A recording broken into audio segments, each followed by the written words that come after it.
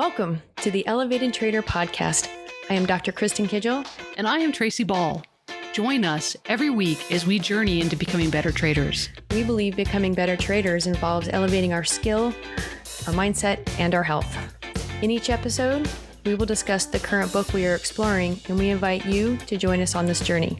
Are you ready to elevate your trading, mindset, and health to the next level? Let's do this. Welcome back to part 4 of You Are a Badass by Jen Sincero. So what do you think about this book so far? It's really good. I'm looking forward to reading some more of her stuff. I love her humor. I've said it multiple times in other episodes that we've done, but I love her humor. I just think that the way that she puts all of these things down on paper is entertaining, but so pinpoint to the point and very cutting. In this part, in part 4, we're going to be talking about, how your beliefs create your reality, and also procrastination, the drama of overwhelm, and then fear is for suckers. But let's start out with the whole belief creates your reality, right? And the chapter is actually titled, It's Easy Once You Figure Out That It's Not Hard. And I think this is really a key pivotal turning point, at least if you can wrap your head around this. Every single thing that we view in life is based on the way that we see them through our own eyes. And you can have 2 or 3 people looking at the same event, and they're all going to see things differently. Same event didn't change, just the perspective of each person changed. And that comes from our beliefs and our own reality that we live in, right? Someone once told me there's your opinion, my opinion, and then there's the truth, right? There's something you've heard it before. But figuring out, that if you want a different reality, you want to change your life, you just need to change your beliefs. It is so easy when you say it, but so hard in practicality. Yep. What are your thoughts or tips on making some of those changes? How do you change your thoughts? So let's just start off with a TED Talk that was really helpful for me. The woman that you guys need to look up, it's Amy Cuddy, Cuddy, a TED Talk. And she wrote a book, and it was all about the theory or the hypothesis or whatever around fake it till you make it. And it was all the science and the blood chemistry and all of those really cool things.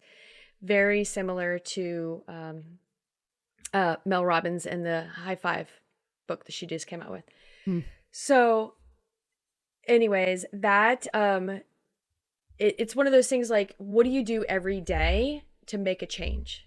And so if you're trying to change your health or your beliefs, you basically have to do a little bit of something that pushes you out of the norm into the direction of that new belief and that new thought and that new person a little bit every day. So one of the things that you and I were talking about was, how long do we think it would when we need to take it? I want your opinion too, but I'm thinking I guess it depends on honestly the person, but no less than a month and probably no more than 2 months. I don't know. What do you think? Yeah, it's going to be tough because I think there are some beliefs that are a little bit more deeply rooted than others. And I think that the other issue is, and we talked about this before, but having a belief in something, like let's say that you want to change something, you envision, I want to start thinking this, or I want to start believing this. And an example would be, I want to feel healthy. I am a healthy person. I want to believe that healthy is good, and healthy means eating right and things like that. When you take a look at what you get from being healthy, it could be feeling better, it could be having more energy, it could be looking more appealing, there could be a new number of things that you would personally get from making that change, and that's why you want to make that change.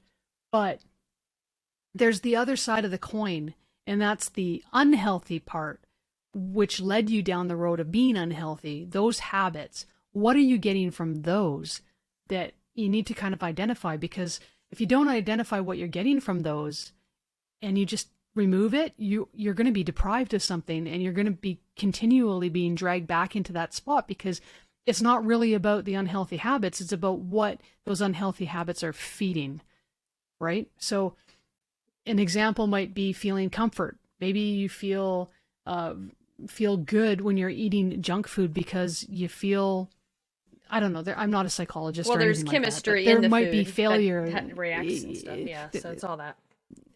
There could be that, but there could be an emotional component to Right. it as well, right? That's why they call it comfort food. There might be something deeply rooted that you're not identifying. So when you identify what you're going to get from it, it makes it so much easier, right? And Well, yeah, identifying. yeah, that's my opinion. I don't know. I mean, she talks a little bit about it in her book as well. Well, she says we get wrapped up in our stories, like we own them, like we repeat them. Right. Oh, I'm lazy. Oh, oh, I'm dumb. Like, what is your self-talk? Start there. Right, but exactly. But what are you getting from those stories? What is that story satisfying for you, right? Well, most people are probably going like, nothing. It's not helping me with nothing. Okay, then why are you doing it? That's the part that really needs to be identified, because if you try and make a change and it's counter to something else that you believe in, those beliefs, if they're rooted deeply enough and they have a reason, or they're fulfilling something that you're not getting from somewhere else, they're going to keep you there. And that's the reality of it. So you have to be able to identify that and figure out, okay, well, for example, let's just use food, for instance. If you have a salt deficit, an example, your body's going to crave salt. It's going to need salt. It's going to want salt. And if you keep eating something that has no salt, what's going to happen is your body's going to continue to want salt. It's going to keep dragging you back to that old habit. So, I mean, it's a lame example, but it's supposed to be to the point, Yep. right? Well, Makes sense. it does. It does. I mean, but at some point you just have to, again, and it's like, we talk about this all the time. It's self-regulation. We talk about self-regulation all the time. Yeah. I mean, you just got to recognize that what you're doing and go, okay, well, what's the opposite of that? And write it down. Listen to YouTube videos. Yeah. Like, figure out how you're going to switch it. But you can't hold on to the what am I getting out of it here versus what am I getting out of it here. If you decide to make the change, then make the change. I mean, we all need a why, but in essence, like, don't change then. If you don't really want to change, then don't change. But then, then we're back to, the pick your hard thing, right? Like, it's hard to be overweight and miss out and be in pain and not get to travel and do all these things when you're unhealthy. And it's hard to eat healthy food and all that stuff. But, it's hard to exercise all the time, and it's hard to stay disciplined, and it's hard to stay in a routine, and it's hard to make sure you're really picky when you go to every restaurant with your friends and you're the one eating weird. And I'm speaking for myself for the last 30 years. That would be me. But you know what? I wanted the benefits out of this side. And so it gets easier. It's also hard. It's like, pick your hard. Which hard do you want? They're both hard. Yeah. People are like, oh, I'm so sorry. Yeah, and I'm and like, I don't care. I'm used to this. I'll go over there. You and I have talked about this before, about, choices, because that's the reality here. We have the choice. If our beliefs create our reality, then the fact of the matter is that we can choose what our reality is. Simple as that. Whatever you need to do to get there, if you need to do some deep analysis, fine. If you can just make that switch and that choice, fine. All the power to you. But the fact of the matter is, it is a choice. And we hear it all the time. I didn't have a choice. I didn't have a choice. Here's the thing. People, get this through your head. You do have a choice. You always have a choice. You've never not had a choice. But nobody out there has ever said it's an easy choice. And that is a reality. So just because it's not an easy choice or a choice that you like doesn't mean that it's no choice. So the sooner you can wrap your head around that, that's great. And then the next part is, just getting out there and doing that, which is what you're talking about, right? And procrastination, right? Procrastination is it's not something that I try to participate in. I try to avoid procrastination. In fact, I'll tell you a story, because I learned how to do this when I was still in school, okay? This was a lesson that was taught to me. So I have experiences where I've procrastinated, there's no question. But this is how I learned how not to be a procrastinator. I used to love milk during meals, okay? Used to love it. And I would use it to wash down my peas. Oh. Okay? I hated peas. So I would put the milk in my mouth and I'd swish it around with my peas in my mouth and I would swallow my peas. And that's how I would get my peas down. Well, lo and behold, my mother figured out that I was using the milk to wash down the food I didn't like. So guess what? No milk for you, Tracy. You have to eat your dinner. I was like, why? Do I have to taste it? Is this the punishment? It's not good enough that I'm just eating it and consuming it? So I learned from that moment on, because I no longer had milk to wash down the food that I didn't like, I used the food that I liked to wash down the food that I didn't like. So I started doing the things that I didn't want to do first, like eating my peas, eating my vegetables, eating my Brussels sprouts. I learned to eat those first and then use my meat and my potatoes and all that to wash down the food that I didn't like. And that has been a habit that I have carried on into everything that I do, including eating, working, whatever it might be. I've heard people say, eat the frog, right? Get up in the morning and eat the frog. And it's getting that done, right? So that's what I do. I get up and I prioritize and I do the things that I don't want to do first until I get to the things that I really like. I like that. And that's how I avoid procrastination. Let me say this to you. Okay. Mrs. I don't want to do things first. I would have to say this is not just you. This is probably 95% of the people walking around. What does she say is her last step in every chapter? Love yourself. Love yourself. So, that also now flies back around to Mel Robbins' high five. Have you heard anything about that? I've heard a little bit about it. I actually really like it. Yep. Kind of all the rave about it right now. Yeah. So there's a really interesting, quite a bit of science and research around like high fives and what happens and stuff. And so she recommends that you look in the mirror. She's a big Miracle Morning person, by the way. And that's one of the things she added to her Miracle Morning. She's like, when I am looking in that damn mirror and I look like I should just go back to bed and crawl back in a cave. She's so funny when she talks about it too. She's a trip. She's like, I just high five myself, like right there. And so ironically, I do a lot of high fiving in the office. And then I high five myself all the time. And then like during COVID, like when people weren't touching each other, we were high fiving each other, like high fiving ourselves all the time.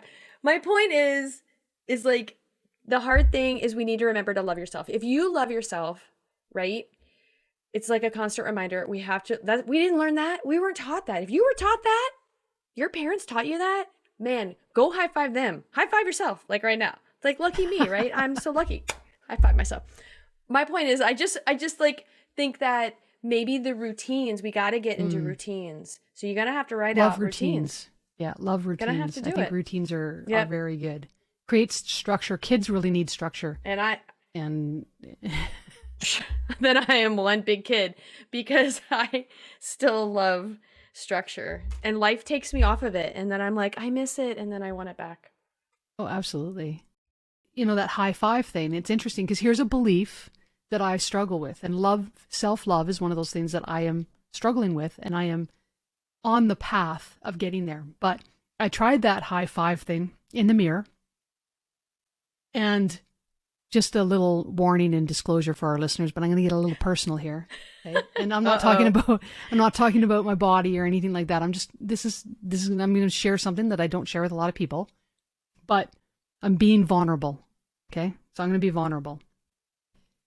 I'm standing in front of the mirror and I realize what's looking back at me wasn't me. What's looking back at me was my mother. And there's a lot of loathing there. There's a lot of issues that are there that need to be fixed. And it was doing that exercise that I realized one of the issues that I have around my self-love is areas of forgiveness that I need to deal with my mother. So that was a a recognition for me. So there's a belief system that needs to be switched, but there's things that need to be changed and altered. And I know the reasons why, what's keeping me there, and how to move forward with that. So that was a revolutionary event for me. So Wow. anyway, I'm just sharing. There's a little bit of vulnerability. I Very apologize if much you guys aren't so. interested in that, but hey, No, it I is what mean, it is. yeah, I mean, I think that's very thoughtful of you and for sharing that because I mean, let's be honest. The guys probably could easily, high five in the mirror and be like, "I got this." Push. Like, but it's going to be us girls that are going to have like weird stuff come up. Mm. And that's not weird, right? But it's a thing, and that you address it and you recognize it, because then what do you get to do with that? Like, then you go, "Oh Mm. my gosh, I got to process that." Yeah. Mm-hmm. But it's only Yeah, for growth. sure. It's only growth, right? Yep. Yep.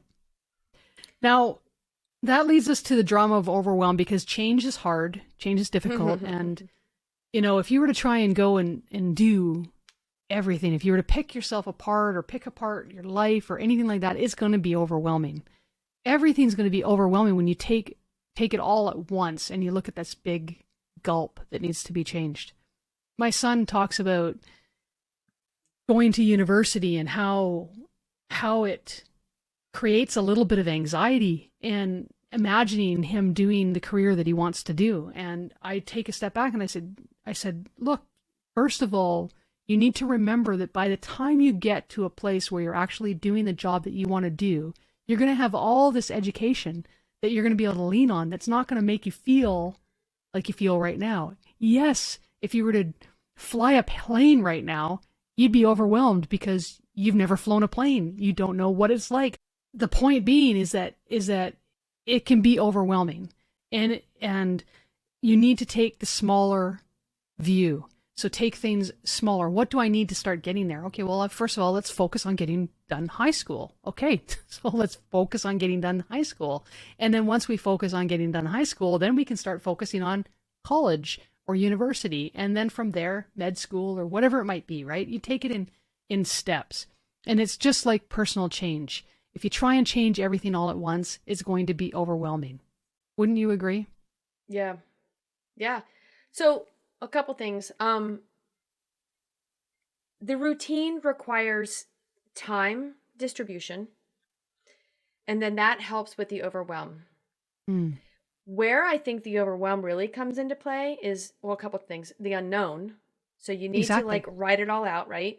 And then number two is the change. So it's like the two big themes all the time, right? Oh my gosh, I want to go over there, but you've been watching me lately, and you end up getting in your own head, right? These are all the things I want, and I have to change all these things to get over there.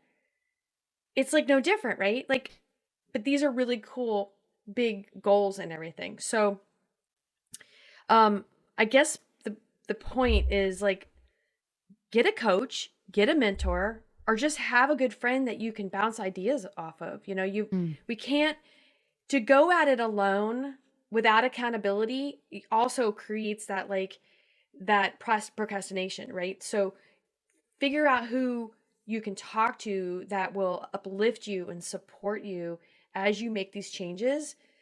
Is huge. Is huge. And you got to get out of your own mind. The only person keeping you from your dreams is you. Exactly.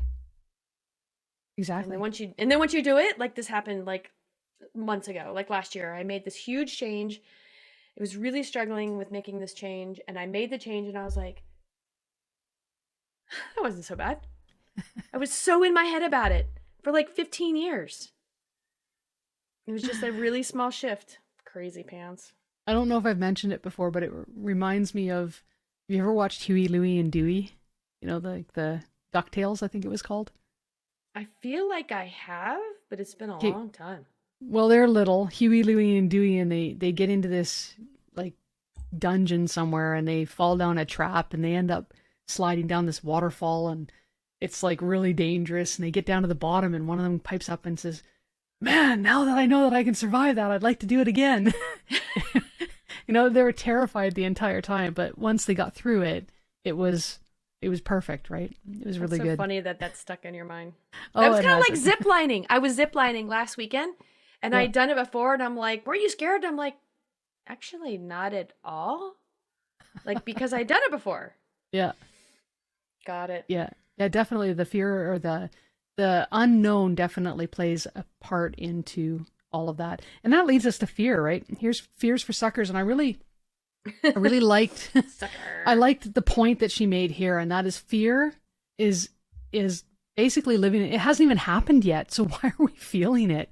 I think that that's just ridiculous. And that was so much to the point. I mean, yeah, what do you do with that, right? It hasn't even happened yet, so why are you fearing it? Yeah. Right? And Anxiety. Yeah. Go ahead. when you look at just about everything in your life that you've gone through, there's probably multiple examples of feeling fear, walking through it and going just exactly what you just said. Wasn't so bad, right? Yeah. And we have all of these examples, and yet we still get fearful. We still get afraid. I'm terrified of spiders. Yet I have this belief that they're going to jump at me and they're going to attack me, and they feel so big, and it's ridiculous and ludicrous, but it is a genuine fear. It's a phobia. It's not just a fear, it's a phobia.